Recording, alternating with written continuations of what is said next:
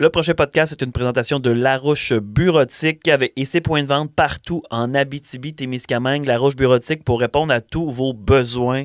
C'est vraiment l'équipe parfaite qu'il vous faut, que ce soit pour les impressions, pour les solutions numériques. Larouche Bureautique, faites leur confiance pour votre entreprise, votre organisation. Bon podcast.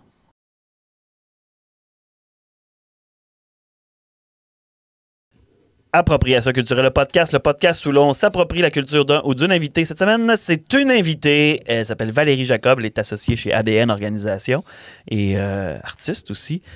On va saluer mes co-animateurs. Salut Matt. Pierre-Marc Langevin. Yeah. Benoît Saint-Pierre, étoile des Stars de Dallas. Les Stars. Ça, c'est en 2002. Ouais, Il a connu Mike Elle Modano. a joué ailier gauche. mais c'est lui qui m'a tout formé. J'ai trouvé parce que je l'ai su, j'ai trouvé une carte d'hockey. Ouais, j'ai une carte recrue Les Stars. de 2001, je pense. J'ai joué juste un an. Ouais, c'est ça. Ça a mal été. Mais c'est ça la drogue, hein? Je pense que ça t'a. Non, c'est parce que je patinais avec une chaise qui m'a arrêté.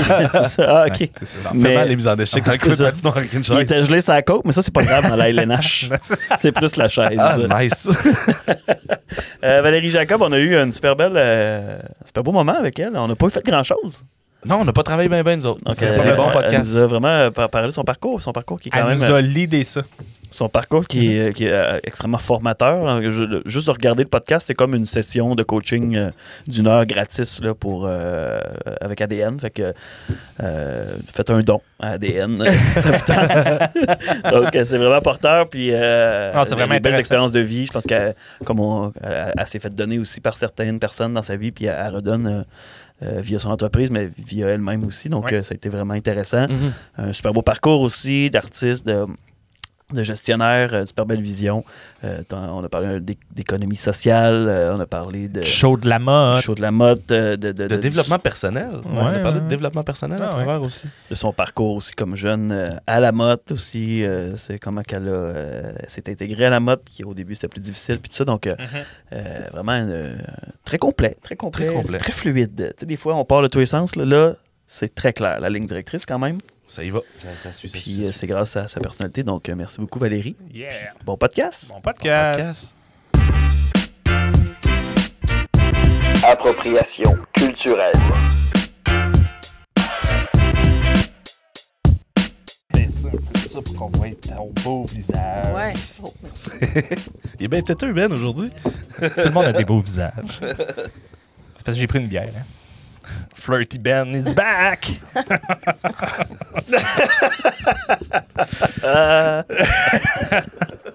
Arrêtez J'ai ça, pris une bière. What the shout. Il est en train d'avoir une deuxième. Ouais, c'est ça.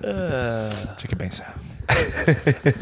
Non, mais quand même, hein, c'est intimidant d'être avec une gang de gars de même. Ouais, c'est ça. C'est-tu trop. Faudrait inviter une fille dans notre panel de 3 animateurs, je pense. Hein? Ce serait une très bonne idée. Ouais, hein, c'est ça, on est trop masculiniste.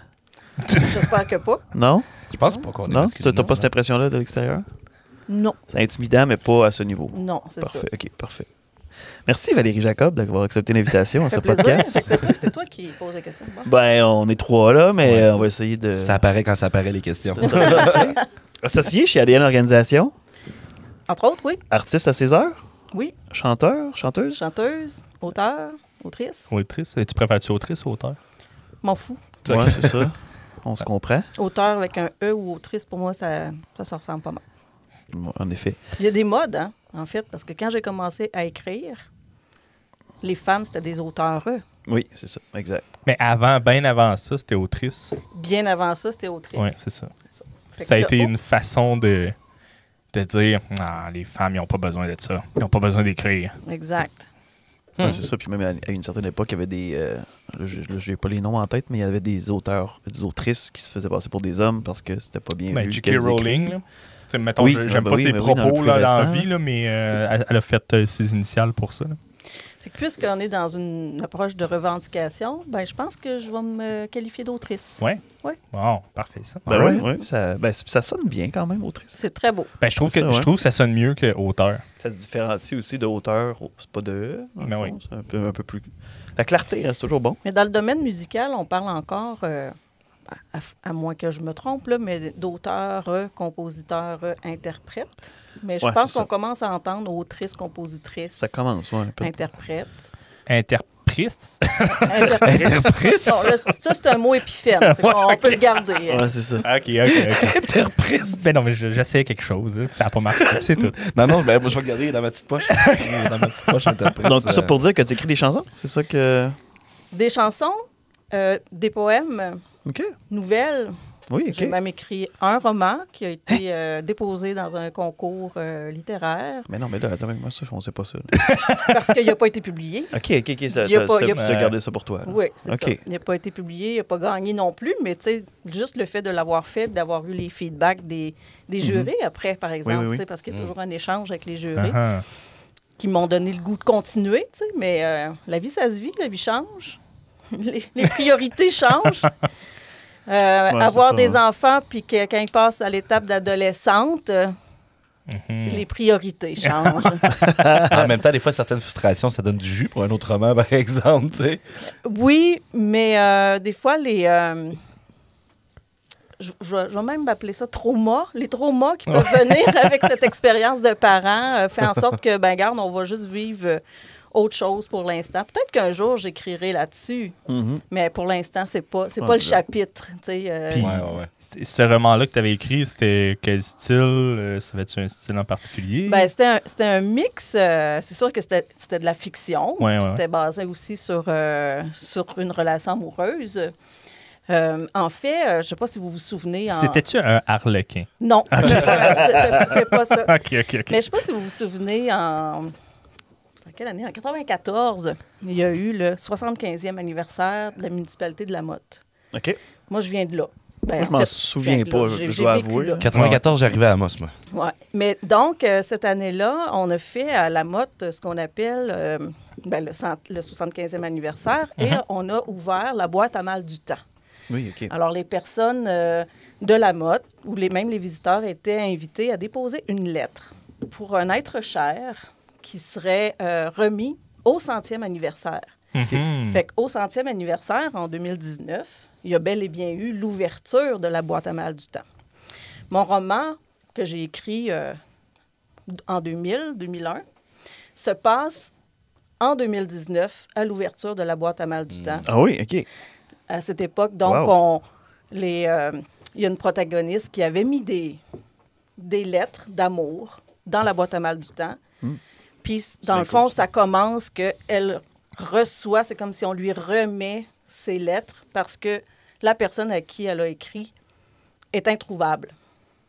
Mais donc, c'est toute l'histoire autour de cet amour-là qui a été vécu donc en 80, entre 90 et 94, mettons, avec un dépôt, parce que ça s'est fini avant le 75e, fait qu'avec un dépôt dans la boîte à mal du temps de ce qui s'est passé. Intéressant.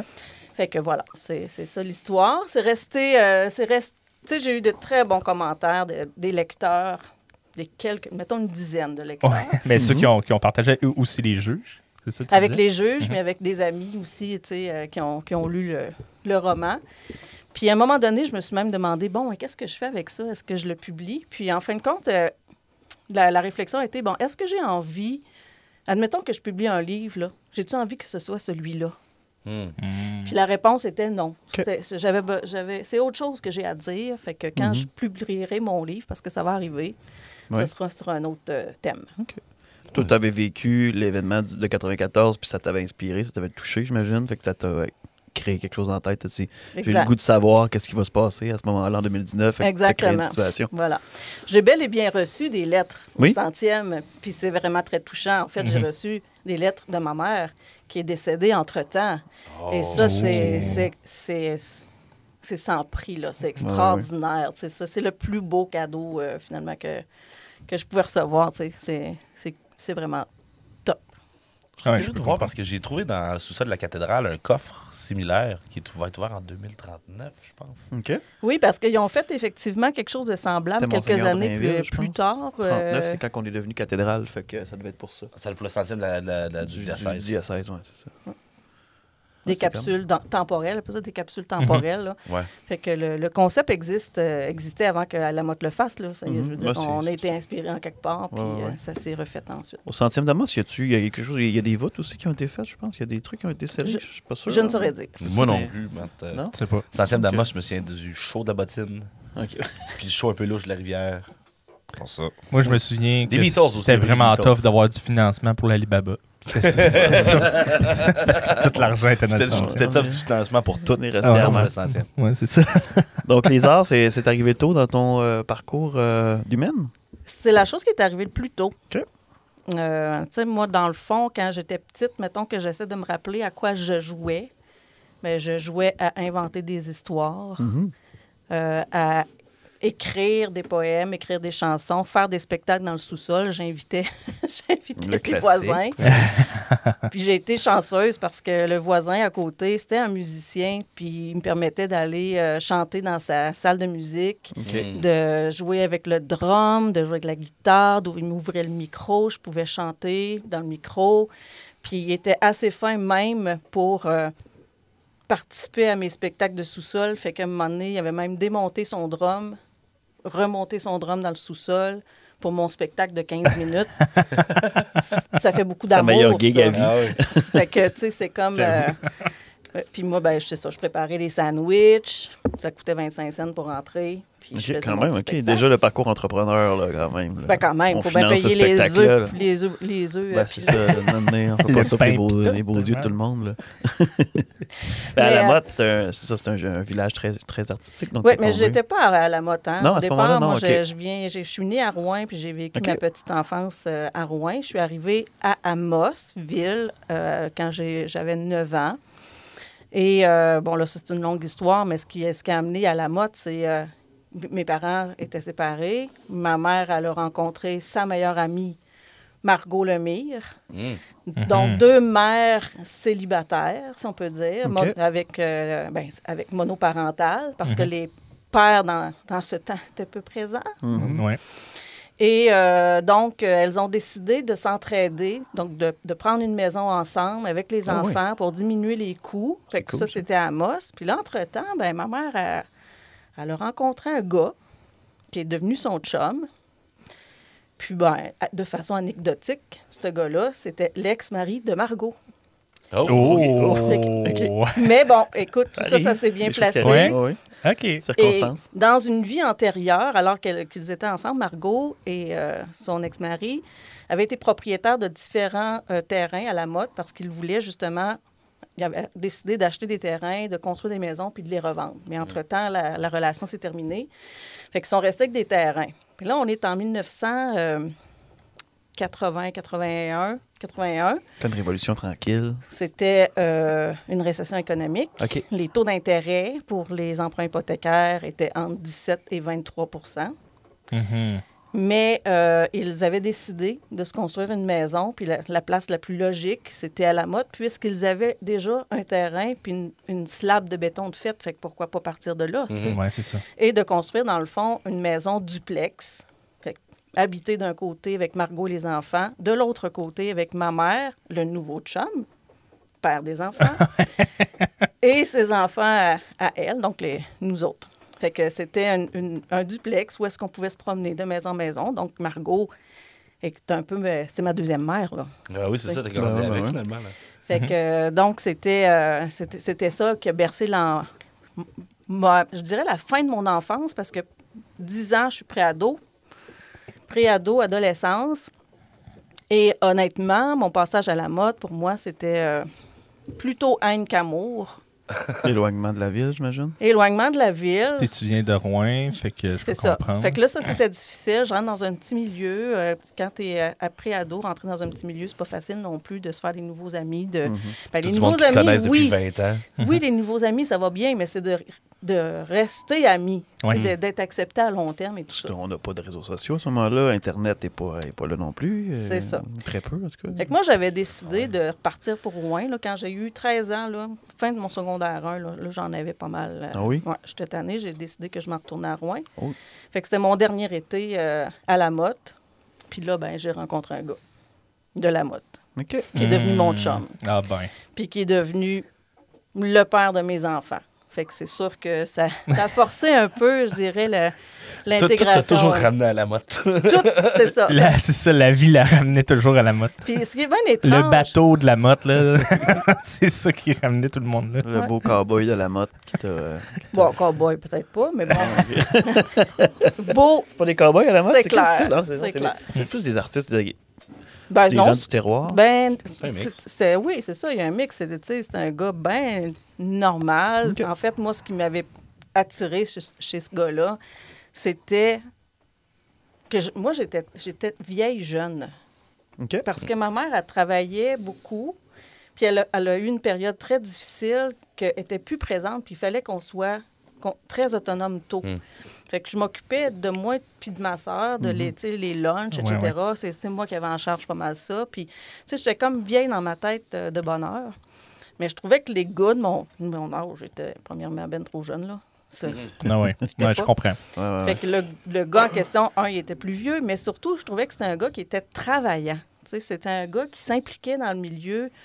Tu sais, il s'occupait, entre autres, du terrain de baseball, de tout le centre de loisirs. Puis il était habile de ses mains, faisait tout. Tu sais, fait que il était comme le leader d'un groupe qui faisait en sorte que les jeunes s'impliquaient à la motte, là, tu sais. C'est pas un de mes oncles, ça, j'espère. C'est mon père. Ben, ma famille vient de la motte. C'est pas un Saint-Pierre. Ah, OK, bon. Je te donne un indice, il a le même nom de famille que moi. C'est ça, Ouais, c'est c'est un ça. Langevin. C'est un lancement. Mais j'ai pas de parenté avec Mario. Écoute, ça, on pourrait trouver éventuellement, Ouais, mais peut-être, Ouais. Peut-être. Éloigné, là, mais ouais. c'est ça. Peut-être loin, mais ouais. C'est qu'on, des fois, on ne sait pas tout l'enchevêtrement de Non, nos c'est ça. familles. Mais bref, donc, je suis tombée en amour avec ce gars-là. Fait que disons que ça a fait en sorte que je me suis... ça m'a tenue, là, tu sais. Oui. Je suis partie quand même pour Rouen quand je suis allée au cégep. OK. Donc, je suis restée Je suis restée dans les parages, mais j'allais à l'école à Rouen, puis je revenais les fins de semaine. Puis on s'est installé quand même assez tôt. Lui, il s'était acheté un chalet au lac Figuerie, à Saint-Mathieu. Fait que quand je revenais les fins de semaine, je m'en allais là. Je m'en allais plus chez ma mère, là, tu sais, à un moment donné. Puis dans le fond, c'est venu un petit peu plus tard, quand j'ai eu fini mes études. Tu sais, pendant toutes mes études, moi, je comprenais pas les jeunes qui s'en allaient étudier à l'extérieur.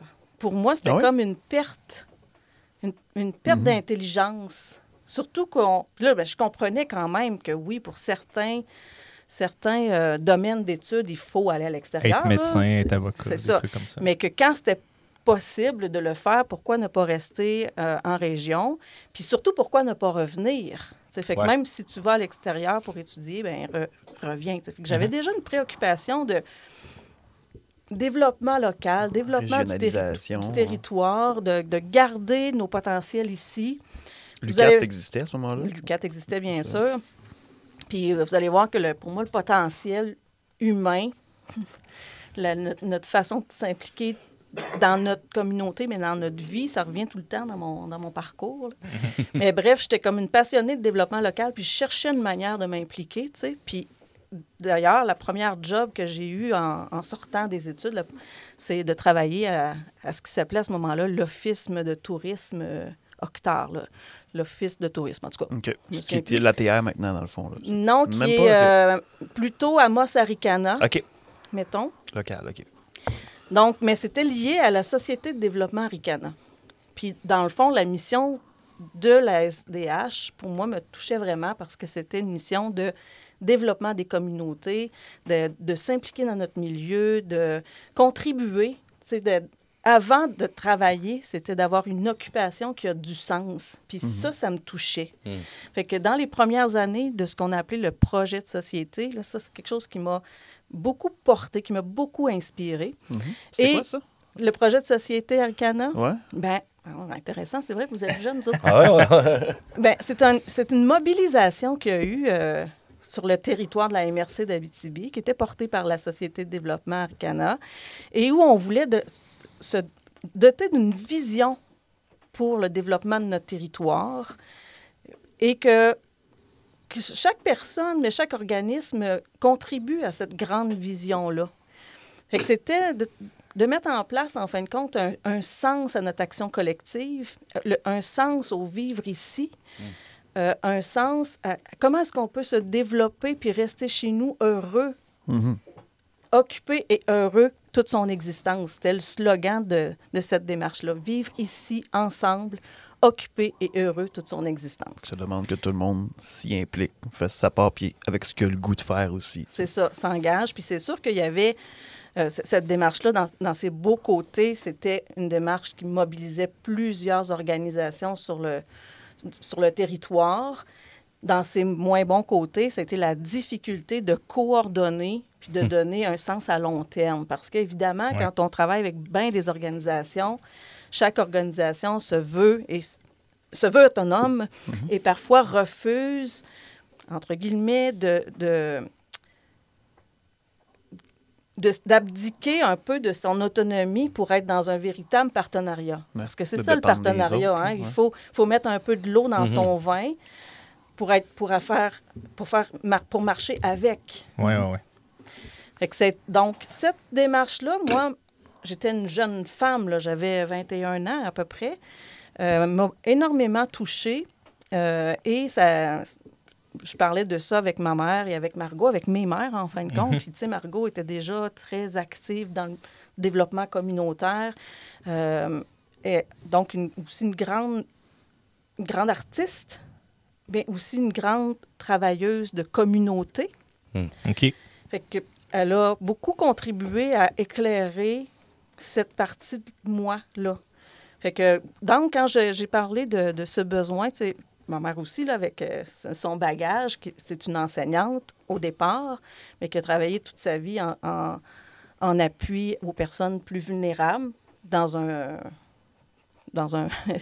bureau de sécurité du revenu. Là, elle travaillait là. Mais donc, de m'amener toute la partie vivre ensemble, développement de la communauté. Fait qu'on a commencé à imaginer comment on pourrait faire qu'est-ce qu'on pourrait faire à l'échelle locale. Et c'est là qu'est venue l'idée de faire un comité de développement à la Motte. Et là, il y avait aussi Paul Ouellette et Jocelyne Ouellas qui étaient quand même proches de nous. Puis, dans le fond, Margot a eu l'idée on pourrait inviter ces personnes-là puis voir comment est-ce qu'on peut créer un nouveau comité de développement de la Motte.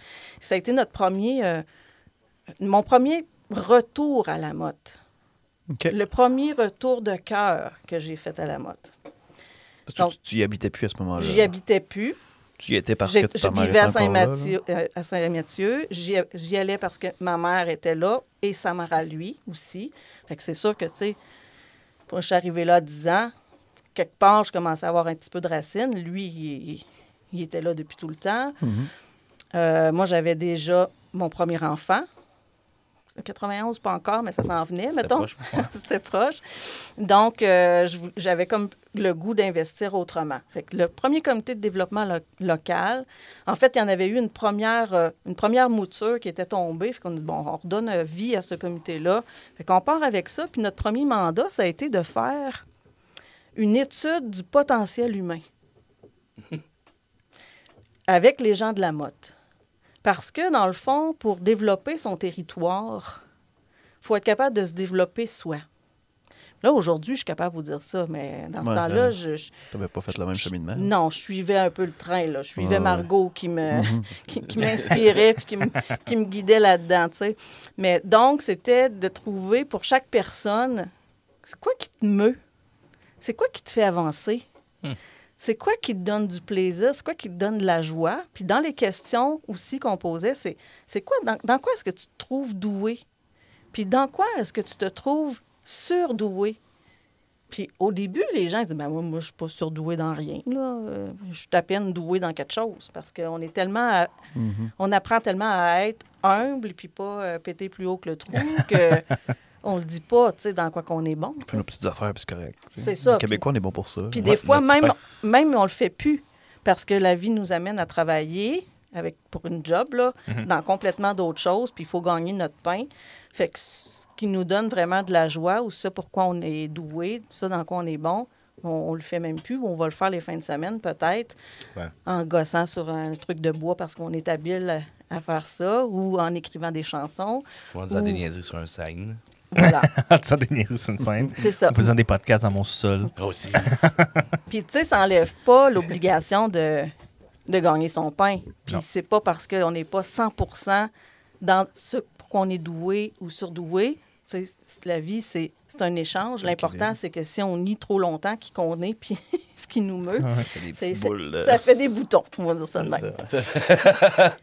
C'était ça qui se passait au secondaire, Carlis. Mais donc, ce chemin-là, ce bout-là, au comité de développement de la mode, tu sais, en fin de compte, on essayait de trouver comment est-ce qu'on pourrait vivifier un petit peu la communauté. Puis ça a commencé par comment être davantage fier de qui on est personnellement, puis de qui on est comme collectivité. Et pendant ce chemin-là, ben, je pense qu'il y a la municipalité qui nous observait un peu, puis qui voyait que les gens, ils en parlaient, puis avec quelque chose de positif, tu sais. Puis là, la municipalité nous a approchés pour l'idée l'organisation du 75e de la mode.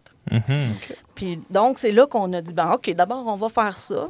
Puis on a donc mené sur 2 années, parce que là, il y a quelqu'un qui nous avait dit que c'était supposé d'être en 93. Puis là, Les lettres patentes, t'as pas clair? Oui, c'est ça, on fouille un peu. Puis finalement, non, c'est 94. Fait qu'en fin de compte, on a fait beaucoup de travail. Deux années de festivités, puis la 2e année avec les grandes retrouvailles. Fait que là, on a invité plein de monde de partout. Puis on avait aussi fait le traditionnel livre d'histoire de la mode, mais sous un angle complètement différent.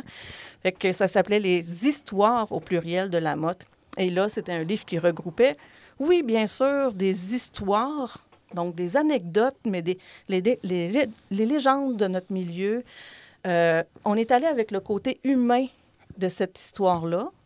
Puis on a aussi amené la partie contemporaine avec des jeunes qui ont écrit des textes. Donc, les jeunes du primaire, par exemple, qu'est-ce qu'ils avaient à dire aujourd'hui sur leur Lamotte d'aujourd'hui? Des recettes, autant des vieilles recettes que des nouvelles recettes. Bref, ça a été comme un super melting pot, puis un petit livre. Puis bien sûr, je suis sûre que vous en avez entendu parler, le lancement de la chanson trop longue. La chanson trop longue, c'est de, ça, j'allais. de Paul Ouellet. Qui est chanté encore à tous les shows de la mode. À tous les shows de la mode. Mais je m'en viens justement avec comment est arrivé le show de la mode, parce que je suis une des fondatrices de ce show-là. C'est que un 75e, des festivités de cette ampleur-là, ça prend beaucoup de sous. Puis nous autres, pour financer ça, c'était nos fameux livres d'histoire qu'on n'a pas tous vendus. Il n'y avait pas Amine Sayona dans ce temps-là. Là. Mais non. Fait que à la fin du projet, ben, on avait un manque à gagner. Moi, j'ai appris à ce moment-là que ça ne s'appelait pas une perte, ça ne s'appelait pas un trou. Non, ça s'appelle un manque à gagner. Nous avions des actifs que nous n'avions pas tous vendus. Mais bref, il manquait d'argent dans le compte de banque. Et on se sentait un peu responsable de ça, même si c'était la municipalité qui nous avait demandé de faire ça. T'sais. Fait qu'on s'est dit, bon, qu'est-ce qu'on pourrait faire pour aider à remplir le trou, dans le fond? Fait que mais toute une gang d'artistes, là, finalement, dans ce comité-là, si on comprend bien. Fait que qu'est-ce que des artistes peuvent faire? Bien, c'est faire un show. Fait que ça a été le premier show de la mode en 1995, 18 février 1995. Ça s'appelait « Asseoir, on casse l'hiver en deux ». C'était notre premier spectacle qui devait en avoir un. Il devait en avoir juste un. Puis on est rendu. Ils ont fêté la 25e édition du show au printemps passé. C'est donc je connais ce genre depuis il y a 7 ans, je pense. Ça fait 25 ans. Ouais, ça, moi, ça a pris du temps. Quand je suis revenu du cégep, justement, ça a pris du temps avant que j'y participe. Ben, pas j'y participe, mais je suis allé pouvoir assister. Puis, c'est ça, j'étais content de le voir. Là. C'est vrai que c'est un happening. Là. C'est un des rendez-vous culturels du territoire émerséen qui est oui, et d'ailleurs, ce show-là a servi de modèle à plusieurs autres shows. Rapide Danseur, entre autres, je pense. Rapide Danseur, en tout cas, plein de municipalités. Puis je dirais même dans la belle grande ville de Rouen, on s'est beaucoup inspiré de ce show-là. Pour d'autres initiatives qui vivent ou pas encore. Là, mais dans mon parcours, ce spectacle-là, ça a été quand même une reconnexion avec le chant. Parce que j'avais arrêté de chanter, moi. D'ailleurs, même avant, j'ai comme un parcours... c'est comme si, pour ma mère, le chant, c'était un loisir. C'était pas une opportunité de carrière. Puis aujourd'hui, avec le recul, je peux comprendre ses peurs liées au domaine artistique. Puis pour elle, être chanteuse, c'était évoluer dans un milieu non sain. L'alcool, la drogue, Puis les abus. les hommes qui Ouais. abusent. Puis donc, Ah oui, ben, puis je pense que même aujourd'hui encore, s'il y a un ou une jeune qui veut aller dans un domaine artistique, je pense que les parents vont faire « T'es sûr que tu veux faire ça? » Ça se peut que- C'est encore présent. Peut-être avec la nouvelle génération, peut-être un peu moins. Peut-être. là. Mais forcément que oui, c'est... puis il y a encore beaucoup de préjugés envers les arts comme vocation ou comme orientation professionnelle. Mhm. Les arts, c'est quelque chose que tu fais Quand t'as le temps. quand tu ça as le temps, donne. puis c'est comme considéré comme un luxe. Ouais. Puis je pense que ça vient aussi des époques de misère, parce qu'il y a des temps au Québec, puis ici en Abitibi-Témiscamingue, où tu n'avais pas le temps de faire de l'art, là. Il fallait que tu bûches tes murs. C'est ça, Ouais. ouais. C'est pas Ouais, plus compliqué c'est que Que ça. tu là. fasses les chemins, que tu fasses Mhm. les maisons, que C'est tu aies ça. bâti ta ferme. Que tu coupes les arbres pour faire ta maison. Ouais. T'as rien, t'as juste une forêt. Ça, c'est ton carré. Coupe. Puis si tu veux ta maison, tu pognes ça. Avant Puis, l'hiver. voilà. Puis, tu sais, ma tante, tu sais, moi, j'ai pas connu mes grands-parents maternels. Ma mère a pas connu sa mère. Elle est décédée quand elle-même elle avait 1 an. OK. Mais ma tante, qui est un petit peu plus âgée, me raconte parfois de ses souvenirs, puis me parle de ma grand-mère Rachel, qui était une artiste. D'ailleurs, mon grand-père et ma grand-mère étaient des musiciens. Tout le monde dans cette famille-là, c'est des musiciens. Mais ma grand-mère, elle aimait ce qui était beau. Elle peignait sa maison rustique avec des belles petites fleurs, mettait des petites dentelles. Tu sais, elle faisait tout pour que ce soit beau. Il paraît qu'elle était une peintre, en tout cas, elle aimait tout ce qui était beau et artistique. Mon grand-père, c'était un violoniste, c'était un menuisier aussi. Fait que dans la famille, il y a ce côté artistique-là qui percole, veut pas, là, dans les enfants et les petits-enfants, tu sais. Mais je m'en allais avec mes skis. C'était quoi, non? On vient de descendre une bonne pente. On parlait de ta grand-mère parce qu'on parlait de l'époque, de ton attachement puis de ta valeur du chant, que c'était Ouais, pas mon quelque chose qui retour. était mis de l'avant. Ouais. Mais c'est ça. Donc, effectivement, donc ma mère, pour elle, chanter ou écrire ou whatever, c'était pas une solution pour moi. Puis, tu sais, elle voyait pas pourquoi je ferais pas des études plus poussées vu que j'en avais la capacité, tu sais. Mhm. Fait que ça a été aussi un bout plus difficile à l'adolescence où j'ai fini par accepter de faire des sciences fortes, alors que moi, ce que je voulais faire, c'était du théâtre, puis chanter, puis de la photo, là, tu sais. Mais vu que je savais pas exactement quoi faire dans la vie, puis que j'étais capable de faire des sciences, ben j'ai fait des sciences. Mhm. Mais pour vomir, là, parce que... T'aimais pas ça pantoute? Ben non, j'ai pas aimé ça. Puis c'est drôle parce qu'aujourd'hui, je suis capable d'aimer quand même ce qui est la science. Mhm. Mais En vieillissant, ça change, c'est clair. Là, mais, ça change. tu sais, Est-ce que je serais devenue biologiste ça dans la ou vie, c'est une autre médecin chose, là. ou autre chose? Non, là, tu sais, c'était pas Mhm. ça qui était... l'énergie qui circulait en moi, là, c'était pas de la science, maintenant. Mais il a fallu donc que je me réapproprie ça. Fait que oui, à l'adolescence, j'ai fait des concours de chant, mettons. OK. Tu sais, ce qu'on appelle aujourd'hui secondaire en spectacle, là, ça s'appelait Un concours amateur. le concours amateur, c'est ça. Mhm. Donc, oui. Puis après ça, au cégep aussi, des concours. Puis là, j'ai arrêté avec les enfants, mais c'était jamais bien loin. Mais quand on a démarré le show de la motte, ben c'était... Moi aussi, je voulais chanter là. Ouais, ouais. Je ne serais pas juste trésorière de l'organe du spectacle. C'est pas vrai qu'on va faire un show puis vous allez me mettre en arrière. Non, c'est Je ça. serais pas à la porte, là. Je vais pas être la biologiste du show, là. Fait que j'ai été enceinte de ma deuxième fille de 7 mois. D'ailleurs, la veille, j'avais été hospitalisée parce que j'avais eu des contractions précoces, puis sinusite. En tout cas, Ah ouais. bref, C'est bien c'était... rassurant avant une première, ça. C'est ça. Puis j'avais un rôle quand même qui était important dans toute la logistique, tu sais, mais tout était prêt. Fait que Jocelyne, qui est membre du comité, est venue me retrouver à l'hôpital, elle a pogné ma sacoche. Ils se sont organisés avec le show. Mais le lendemain, moi, c'était sûr que j'étais sur le stage. Là. Il n'y avait rien pour m'empêcher d'être là, puis j'étais là, tu sais.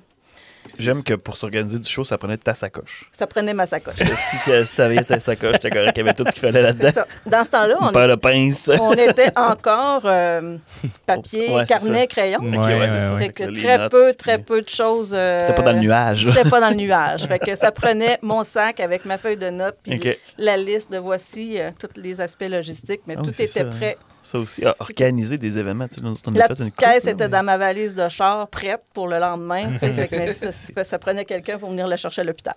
Toute autre logistique, c'est fou quand même. Là, Ouais. de faire quelque chose sans le moyen de communication était le téléphone. Il n'y avait pas d'autre chose. J'avais pas de cellulaire dans ce temps-là. Là. Non, Non, c'est non, ça. c'est ça. Aller chez les gens. Ouais. En gros cellulaire Radio Shack dans l'auto. là.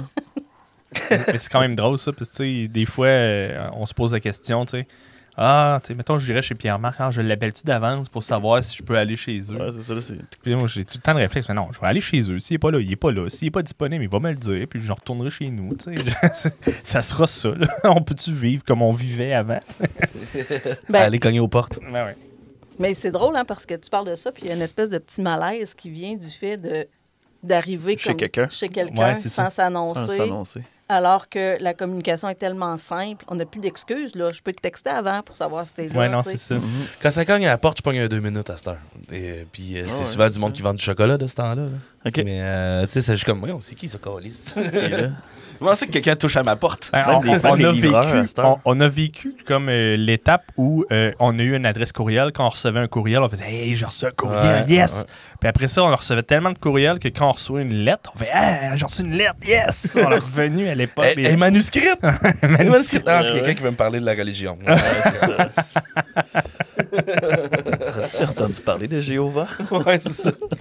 Mais je poursuis, si vous Ben voulez. oui, Oui, ouais, absolument, vas-y, absolument. vas-y, toi, Ça me à fait l'aise. penser que que je m'impliquais bénévolement dans le show de la motte, tu sais, en 91, quand je suis sortie de ma formation technique en administration marketing, parce que c'est ça que j'ai fait, Au cégep? au cégep de Rouen, il n'y avait pas de job beaucoup. Ah non, OK, c'est ça. Vraiment pas beaucoup. Les années 90, c'était une période difficile. Là. Pour se trouver une job, ben on comptait sur ce qu'ils appelaient à ce moment-là des bons d'emploi. Fait que c'est des subventions salariales de OK. quelques semaines, mettons, des fois jusqu'à 15, peut-être 20 semaines si on était chanceux. Puis ça, c'est s'il y avait un employeur qui était prêt à prendre le risque pour nous payer au salaire minimum de 4,50, peut-être, je ne sais plus exactement, mais c'était pas beaucoup. Donc, c'était pas évident de se trouver une job puis de commencer sa vie professionnelle. Tu sais, quand on vient de finir des études, puis là, c'est comme un non-sens. Fait que le bénévolat, pour moi, était très important pour me tenir finalement occupée et heureuse. Tu sais, Ouais. c'est juste plus tard qu'il y a eu le slogan, là, puis le lien que j'ai fait avec l'importance de la contribution personnelle. Mais quand tu n'as pas de job, il faut que tu te trouves un lieu pour ta contribution personnelle. Ça a été notamment à travers le comité de développement de la motte, le show de la motte, mais aussi, je suis devenue militante du mouvement de la relève d'Amos Région, OK. qui venait de se constituer peut-être l'année avant, Qui est le MRAR, dans le fond. qui est le MRAR. Donc, moi, j'ai joint le MRAR en 92. C'était la même mission qu'aujourd'hui? C'était la même mission, peut-être pas verbalisée de la même façon, OK.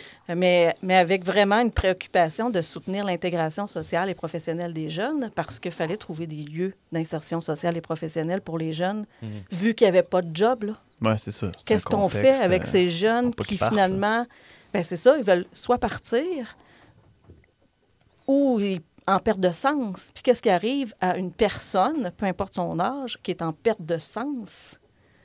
Ben, c'est des problèmes de santé mentale. Là. C'est des dépressions, c'est l'isolement, c'est des mauvais comportements. La consommation était très répandue dans les années 90 à Amos, si je ne me trompe pas. Encore aujourd'hui, Partout J'ai ailleurs, mais, j'ai pas ça Non, non, là-dessus, non, je suis pas je capable comprends, de mais- donner d'opinion. Là. tu sais, on repense à Amos-Wa, mettons. Tu sais, Ouais. il y avait plus de... Peut-être un petit peu plus tard, effectivement. Ça a changé un petit peu, mais c'est encore là. On C'est encore consomme présent. plus la C'est encore même, présent. mais ouais. Fait que, donc, j'ai eu, moi, un premier contrat, bénévole MRAR, bénévole comité de la motte, première job, Octar, donc j'étais une agente d'information touristique, puis je commençais à m'intéresser au développement de ma communauté. Et ce job-là m'amenait justement à côtoyer des conseillers aux entreprises, mais des agents de développement de MRC puis de territoire. Et vraiment, je suis tombée comme dans un espace de prédilection pour moi. Là. Ça fitait avec mes valeurs, ça fitait avec ce que j'avais envie de construire.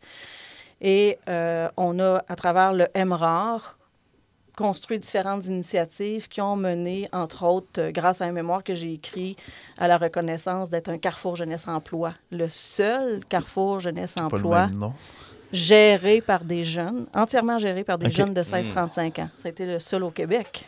Ah oui?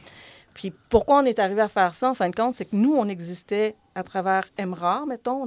On était déjà impliqués, les jeunes, à travers le MRAR. Mais il y avait aussi un grand mouvement qui se faisait au travers du Québec pour créer des espaces de soutien pour les jeunes. Puis le gouvernement avait dit, OK, on va mettre les carrefours jeunesse-emploi en place sous le modèle d'un qui existait dans l'Outaouais. Okay. Mais sauf qu'on dit, parfait, on vous donne du financement, mais vous devez faire une composition de conseil d'administration qui va être avec des gens du milieu, des gens du développement local, etc. Fait qu'il n'y avait même pas de job là-dedans, peut-être un ou deux. Nous autres, on a dit, on est prêts, là. On a tout ce qu'il faut, notre structure est faite, on est impliqué, on est organisé, il nous manque juste le financement. On veut que notre organisation, le mouvement de la relève d'Amos Région, soit reconnu comme le Carrefour Jeunesse-Emploi secteur Amos. Et ça a fonctionné. Ben fait que c'est un beau partie de... OK, c'est toi qui as démarré le MRAR, quand même. Bien, j'ai fait partie. J'ai pas démarré le MRAR. Il était déjà en fonction. Je m'y suis impliquée, mais j'ai été de celles avec d'autres personnes qui ont réussi à obtenir cette reconnaissance comme Carrefour Jeunesse-Emploi. J'ai fait partie de la première équipe d'employés. Au départ, mon rôle était tout ce qui était développement d'employabilité, donc rencontrer des jeunes qui cherchaient un emploi et aussi soutien en ressources humaines auprès des employeurs. Avec tout le maillage employé-employeur, aider cette rencontre-là, puis que ça se passe bien dans le temps parce que à ce moment, comme il y avait beaucoup plus de chercheurs d'emploi que d'offreurs d'emploi, s'il y avait un employé qui ne se présentait pas, là, par exemple. Ciao, bye. Bien, c'était ciao, bye. Fait que nous, on voulait... Notre mission, c'était de soutenir l'intégration sociale et professionnelle. Qu'on avait mis en place des rencontres de médiation employé-employeur pour favoriser une intégration à plus long terme, puis faire en sorte que c'est pas après un premier écart que tu faisais de show bye, mettons. Non, c'est ça. Ouais, non, c'est ça. Là, c'est ça. Maintenant, c'est le contraire. Maintenant, on est rendu à 76 écarts. Ouais, c'est correct. Ah, il s'est pointé une fois cette année. Yes! Un bon taux.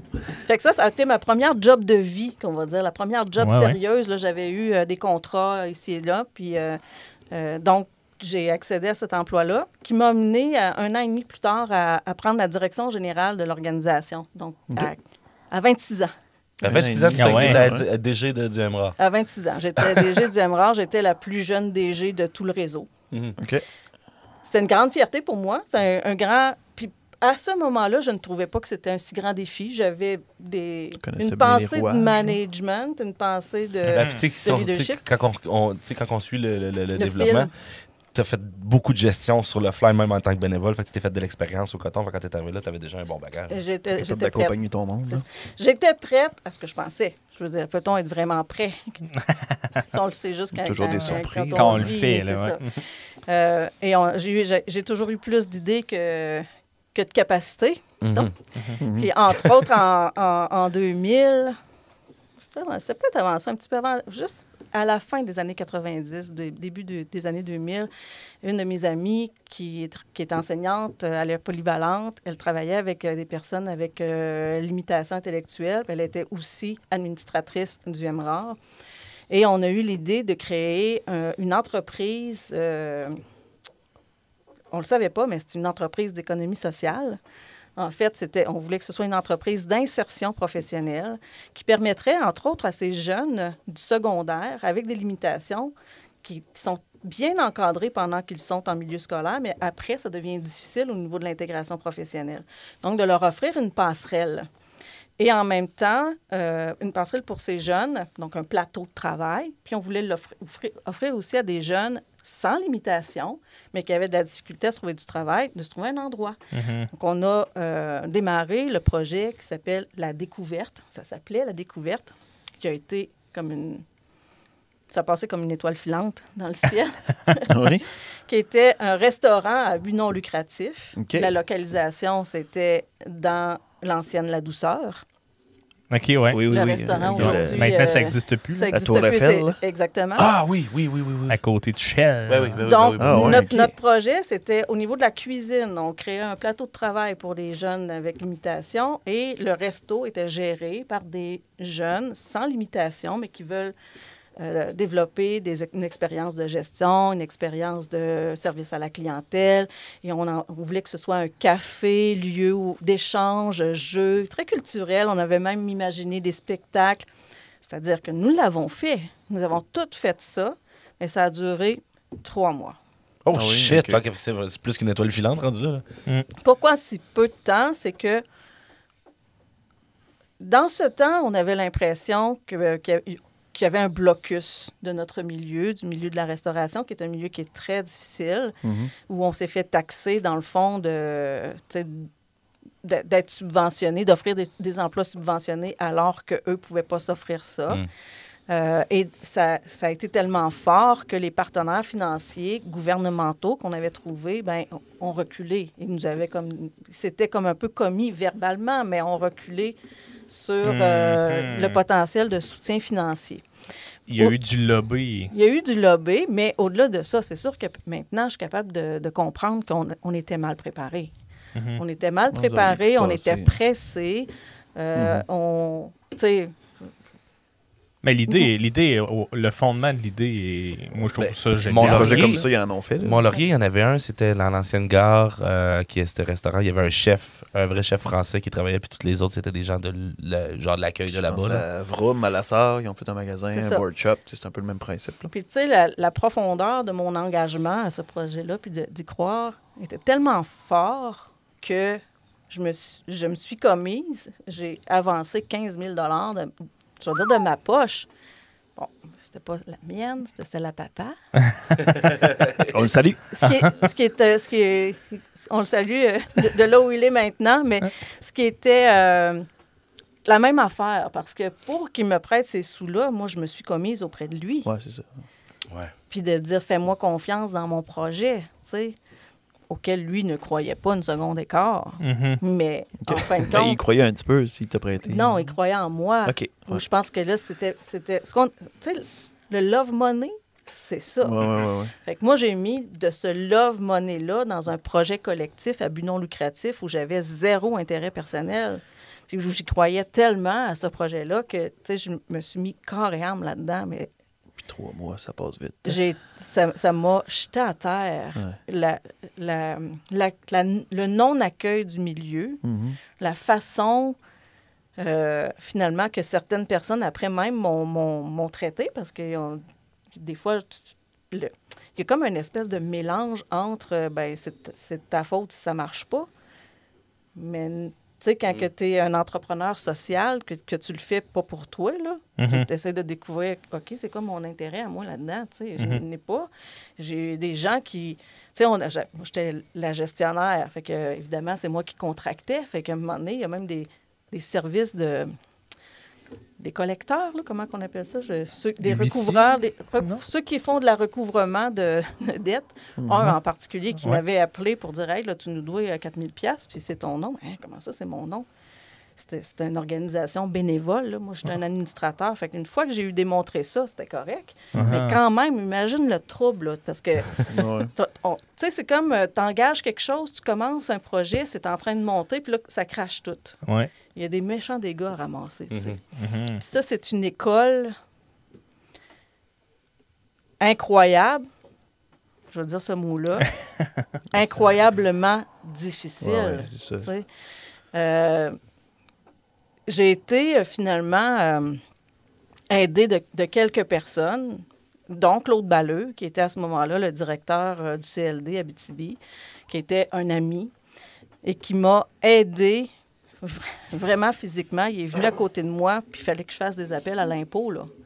Puis j'ai dit, moi, je suis plus capable, le cœur me lève. J'étais en train de vomir ma vie, tu sais. Fait que j'appelais, je disais, je vais vous passer quelqu'un. Puis là, c'est lui qui parlait pour aller chercher de l'information factuelle ou dire c'était quoi les affaires. Puis là, vu que j'étais à côté, ben, c'était correct, là, il pouvait parler. Puis après ça, je finissais la transaction. Mais moi, je n'étais même plus capable d'appeler le monde pour dire ce qui se passait, puis comme pour gérer la situation. C'est que c'était pas une belle période. Non, mais je peux comprendre. Je peux comprendre. Mais je trouve ça quand même dommage. Tu sais que le fondement de ça, c'était pas nécessairement de faire un restaurant. Là. Ça aurait pu être n'importe quel autre business dans le fond. Puis au pire, c'est de former de la relève pour ces restos-là. Ça part du principe que tu disais à ce moment-là, c'est de l'économie sociale, mais ça, c'était très peu connu et reconnu à ce moment-là, j'imagine. Ben oui, on commençait à peine à parler du terme économie sociale. Ça venait de sortir là, avec la marche du pain et des roses. Fait que moi, je commençais quand même à m'y intéresser parce que comme directrice du Carrefour Jeunesse Emploi, je faisais partie de tables de discussion où on commençait à jaser de ces enjeux. Puis les entreprises d'insertion, on connaissait davantage ce terme-là quand même au Québec, mais ce sont des entreprises d'économie sociale.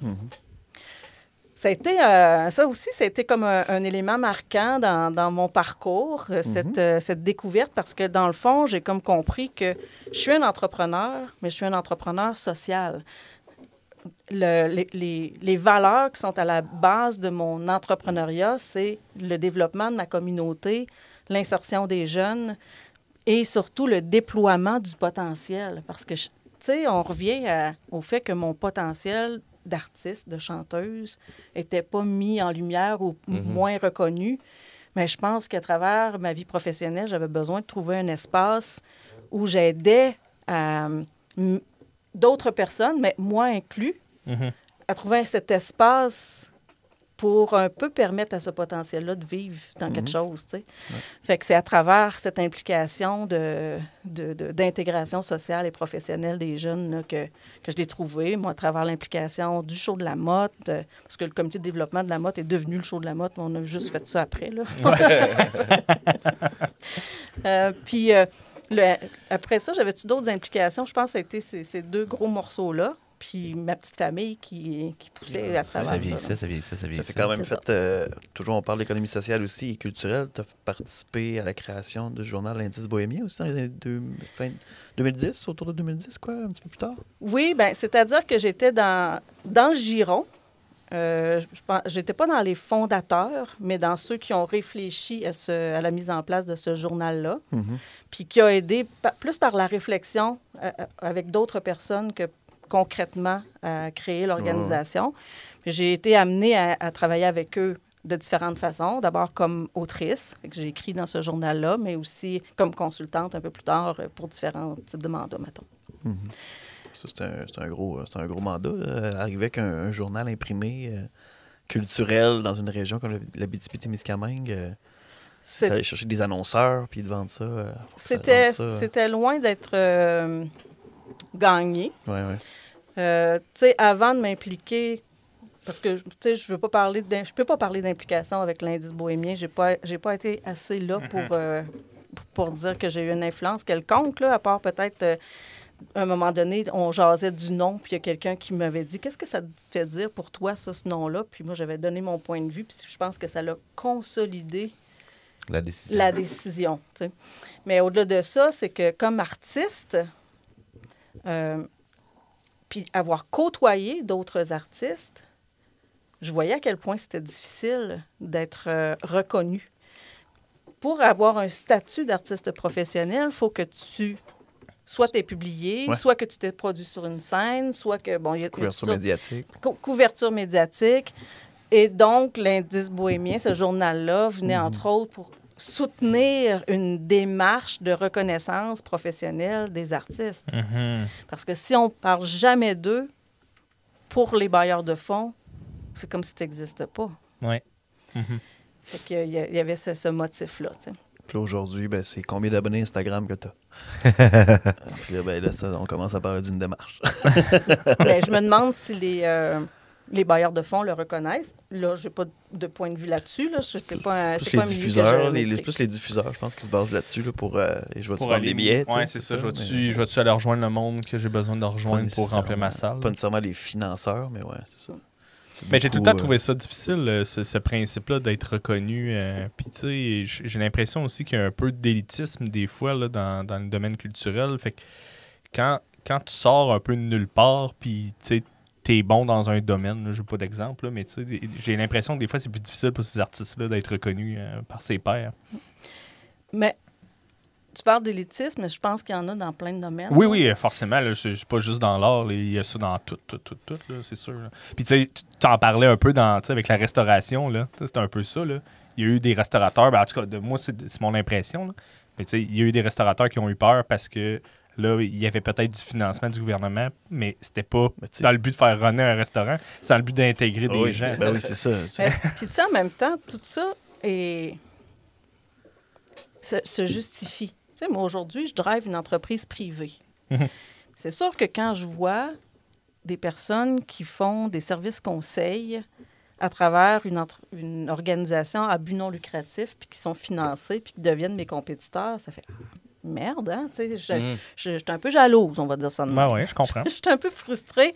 Fait que je peux comprendre comment les restaurateurs pouvaient se sentir quand ils ont vu apparaître un restaurant à but non lucratif avec des subventions, même si ces subventions-là, ils auraient pu les avoir parce qu'elles étaient destinées à des personnes avec limitation. C'est juste qu'ils n'avaient pas fait le choix d'aller chercher ces subventions-là. Mais c'est facile. Ils ne faisaient pas le choix d'engager ces personnes-là. Bon, c'est ça. Mais donc, c'est facile de blâmer l'autre qui semble avoir plus, tu sais.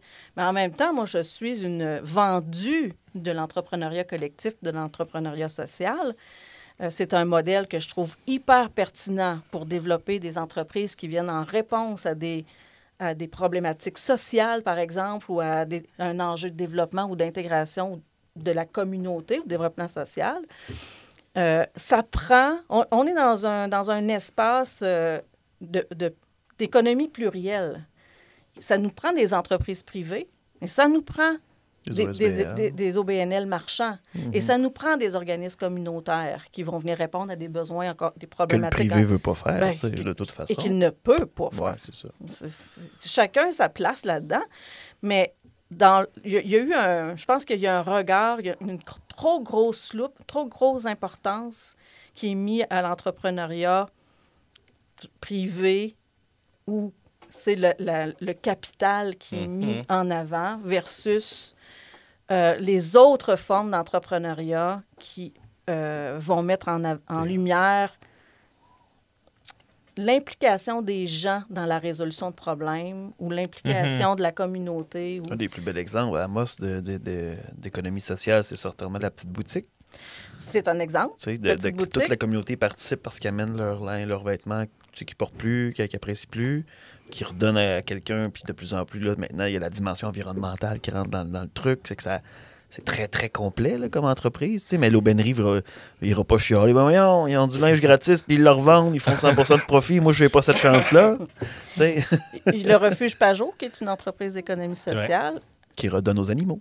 La Coop IGA, qui est une entreprise d'économie sociale sous la formule de coopérative, et même Desjardins, qui est une entreprise d'économie sociale, à plus grande échelle. Ça a évolué. Mais à plus grande échelle. C'est sûr que, tu sais, bon, là, on pourrait parler d'institutionnalisation. Mais on peut parler des centres de petite enfance, qui sont des entreprises d'économie sociale. Fait que dans le fond, ces entreprises-là... Étatisées en plus. Là, c'est ça. Pardon? Étatisées en plus, les CPE. C'est ça. Et là, il y a toujours tout le danger de l'institutionnalisation des entreprises d'économie sociale, mais là, c'est un trop gros débat à rentrer là. Mais tout ça pour dire que... on a le temps.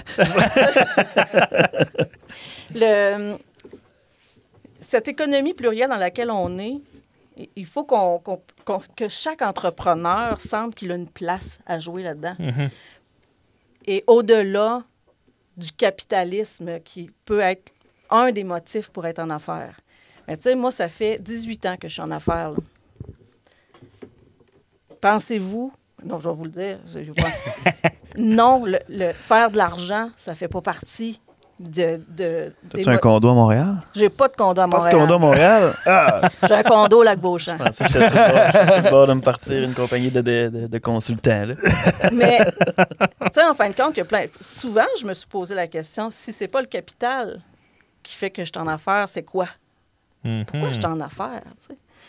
Puis, finalement, je n'ai pas encore tous les mots, mais dernièrement, ce que je me disais, c'est que pour moi, être en affaires, c'était une façon d'être autonome parce que j'ai besoin de créer, donc d'avoir un espace où j'ai 100% contrôle de ma création. Je vais vous dire que c'est pas toujours vrai, là. Bon, que j'ai l'illusion que j'ai 100% contrôle de mon espace de création, que je vais pouvoir prendre des défis qui vont mettre en valeur mon potentiel. Donc, c'est un espace où je peux expérimenter, que je peux apprendre, que je peux contribuer à la hauteur de ce qu'est Valérie Jacob. Puis Valérie Jacob, dans les emplois que j'avais faits avant, à un moment donné, elle n'avait plus l'espace qu'il fallait. Oui, pendant un certain temps, puis à un moment donné, l'organisation ne permet plus que je sois exactement qui je suis parce qu'on dirait que je déborde tout le temps. Et là, ADN, c'est arrivé, là, à un moment donné, que j'avais l'impression qu'ADN, on dirait que je ne peux plus être tout ce que je suis dans ADN. Puis je me suis rappelé que c'était mon entreprise. J'avais le droit de faire évoluer mon entreprise pour qu'elle embrasse plus large et que si moi, je prends de l'expansion dans ma vie, dans mon être, que mon entreprise puisse suivre. C'est pas toujours évident parce qu'on est 2 associés et plusieurs employés. Puis ça, c'est l'autre affaire étrange qui se passe, là, que j'avais pas perçue, c'est que quand on démarre une entreprise, à un moment donné, cette entreprise-là développe sa propre personnalité avec laquelle il faut conjuguer. Fait que l'entreprise, c'est comme si elle devient une personne à part entière. Pas pour rien que c'est une personne morale. Ouais. Et il faut que je fasse affaire avec cette personnalité, puis qui a ses besoins. Elle a ses besoins, elle a ses limites, elle a ses exigences. Puis là, mettons, je peux faire un lien. Par exemple, on est connu pour faire tel type de service, même si moi, je ne veux plus faire ces services-là. Bien, je me fais encore appeler pour ce service-là. Parce qu'il y a une notoriété qui s'est développée autour de telle ou telle chose. Ouais, c'est sûr que si demain matin, ADN allait déneiger des toits, ça serait bizarre un peu. Là. Ça serait bizarre. Ben, je serais quand même curieux de voir Claude aller déneiger des toits. Ça y tente. Peux-tu vous dire que pas partout? Chez nous, il y a quelqu'un qui le fait. C'est ça. Il s'appelle Guillaume. Non, Guillaume a mal au dos.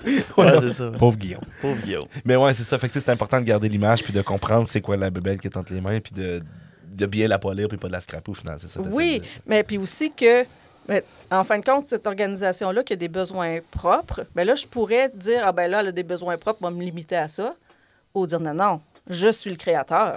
Je suis le créateur et je peux faire évoluer mon entreprise pour qu'elle embrasse ce que je suis en train de devenir comme humain. Puis moi, c'est aussi ça qui est, tu sais, on revient au potentiel. Qu'est-ce que je suis venue faire sur la Terre, moi? C'est quoi le potentiel ou la petite flamme là, qui me fait bouger dans la vie? Puis c'est quoi qui fait que j'ai comme un sens, que ma contribution a du sens? Puis si j'ai pas ça, si j'ai pas l'impression que ce que je fais a du sens, ben je fais comme plein de monde. Là, je me roule en boule puis je braille. Fait que là, on va voir une nouvelle branche d'ADN avec le chant. Ben, il y a une nouvelle branche de Valérie avec le chant. Est-ce que ça intégrera ADN un jour? Je ne le sais pas. Ce qui est en train de se passer, par contre, dans ADN, c'est un volet de développement et d'élévation. Tu sais, ADN organisation, notre slogan, c'est de l'intention à l'évolution. Cette entreprise-là, pourquoi ce nom-là? C'est que moi, j'ai la croyance fondamentale que notre ADN, elle peut être reprogrammée. Aujourd'hui, il y a des scientifiques qui parlent d'épigénétique. On en entend pas mal parler. Quand j'ai démarré ADN, ce n'était pas encore un discours qui était très ouvert ou connu. Mais moi, j'ai cette intuition-là depuis que j'ai vécu avec Margot, dans le fond, et que j'ai constaté ce que l'effet d'une personne extérieure à ma lignée pouvait avoir d'influence sur moi et sur ma lignée. Fait que si l'environnement peut avoir une influence sur comment moi je me développe puis comment mes enfants automatiquement se développent, ou ce qu'ils ont acquis comme talent, ça veut dire que c'est possible partout, tu sais. Ouais.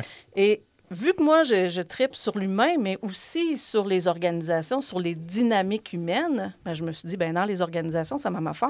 Les organisations ont leur ADN, puis elle peut se transformer avec l'intention, avec une intervention ciblée, tu sais. Fait que c'est de là que part le nom ADN Organisation. Mais sauf, puis, tu sais, tantôt, je vous disais, ben mon entreprise, je peux la changer. À un moment donné, je m'en souvenais presque plus. J'étais presque plus consciente que mon entreprise ADN Organisation, je pouvais, par une intention claire, reprogrammer son ADN et lui insuffler une nouvelle personnalité, une nouvelle culture qui correspondait davantage à ce que je suis en train de devenir comme humain. Puis tes besoins à toi, puis les besoins des autres aussi qui évoluent. Puis, exact. Donc, de répondre à leurs besoins. Puis tu sais, moi, mon lieu de travail, puis c'est ça que j'essaie de créer aussi avec l'équipe. J'ai une équipe extraordinaire que je changerais pour rien. Qui est une partie de ta famille aussi. J'imagine que ça amène une dynamique différente. Bien, il y a mon chum, là. Oui, c'est ça. D'une part. Ta fille. Il y a ma fille qui est avec nous, Shani Victoria, qui avait toujours juré qu'elle ne travaillerait pas avec sa mère. Oui, OK. Qu'elle ne ferait jamais. Les temps changent. Les temps changent. Positivement. Positivement, j'espère. Est-ce qu'elle sera là encore dans 10 ans? Je ne le sais pas. Elle a son propre chemin. Pour l'instant, elle est avec nous et je dois dire que j'adore ça. Elle est extraordinaire, elle est pertinente, elle est cultivée. Shani vient de terminer son MBA de l'Université Laval. Elle vient d'être acceptée comme jeune au Collège des administrateurs pour un certificat en gouvernance des administrateurs de société, gratuitement. Donc, elle a déposé sa candidature. C'était réservé à 34 personnes à travers le Québec. Oui, moi, je suis très fière. C'est parfait. C'est un volet de moi que je n'ai pas parlé, la gouvernance. C'est un thème qui m'est très cher, sur lequel, d'ailleurs, j'ai fait mon mémoire de maîtrise en gestion des organisations sur la gouvernance des entreprises d'économie sociale, justement. Mais donc, aider les organismes associatifs, que ce soit un OBNL ou une coopérative, à s'organiser et à comprendre c'est quoi les dynamiques humaines liées à leur rôle et responsabilités, puis à leur vision de gestion. Moi, ça me fait triper. C'est un des éléments qui me fait triper dans ma job. Les décisions puis les ordres que tu vas donner à tes employés, ça a un impact sur l'humain, là, c'est ça? Ça a un impact sur l'humain, puis ça a un impact sur l'efficacité, la performance de l'organisation, puis sa pérennité à travers le temps. Puis en même temps aussi, avec les OBNL, souvent, tu as beaucoup de main-d'œuvre bénévole. Fait que c'est une autre façon aussi d'approcher les gens, parce que les gens qui sont payés, ils ont un attachement. Les gens bénévoles pourraient juste dire « Hey, ce gars-là, il me gosse, je vais juste m'en aller. Je vais aller donner du temps ailleurs. » Fait que c'est une autre approche aussi. Là. Exact. Ouais, quand tu as un OSBL... Tu peux pas être une marde. Tu peux pas être un mangeur de marde, je pense. Ça peut pas durer longtemps. Mais, en fait, quand tu es une entreprise privée, non plus. Non plus, non, forcément. C'est juste que pendant longtemps, le capital était tellement fort, puis l'offre des employés, mettons, il y avait tellement d'offres que les entreprises pouvaient peut-être se permettre d'être moins... D'être moins à l'écoute. Moins à l'écoute, moins conciliant. On est dans une transformation majeure du monde du travail. La pénurie de main-d'œuvre est réelle, puis elle est là pour rester encore une bonne dizaine d'années. C'est clair que les organisations doivent s'adapter, puis doivent arriver à une approche plus responsable dans tout ce que ça peut vouloir dire, là, de leur management puis de leur vie corporative, tu sais. Puis, tu sais, moi, c'est ça que je racontais à mes employés, puis parce que des fois, je dis des affaires que je trouve du sens après. Mais moi, je les remercie. Eux autres, ils font une c'est comme s'ils me donnent un morceau de vie. Quand ils viennent travailler pour moi, là, chaque jour, c'est un morceau de leur vie qu'ils me donnent. Ils pourraient choisir de le donner ailleurs. Tu sais. Ils pourraient choisir de le donner ailleurs. Parce que moi, je me sens honorée qu'ils choisissent de contribuer chez ADN Organisation, mais j'ai une responsabilité. Il faut que que j'honore ce don-là. Comment je le fais? Bien, évidemment, c'est par une rémunération, un salaire, mais là, moi, je vais plus loin dans la rémunération globale. On trouve d'autres façons, puis c'est dans la qualité de l'espace de création. Tu sais, chez nous, moi, j'appelle ça un espace de création. Bon, c'est sûr que c'est mon entreprise. C'est moi qui vis avec les défis, avec les opportunités, avec les bons coups, avec les moins bons coups. Avec les risques. Avec les risques. Donc, quelque part, s'il y a un profit, ben je vais me verser un boni à moi, peut-être, avant. Parce que ça peut arriver, par exemple, que dans des situations plus difficiles, ben je dois arrêter de me payer pour si je veux garder mes employés. On est encore une petite business. Sur les 18 ans, c'est arrivé que j'ai dû arrêter de me payer pour pouvoir payer mes employés. Je le souhaite. Des fois, je me dis, ben, pourquoi je continue d'être en affaires si je ne suis pas capable de me payer? C'est comme, je ne vivrai pas de pain, d'amour et d'eau fraîche. Claude Ballot, il y a beaucoup d'amour et beaucoup d'eau fraîche cette année. C'est peut-être pas assez. Là. Oui, il habite à côté d'un lac. Là, à long terme, ça ferait peut-être pas long feu quand même.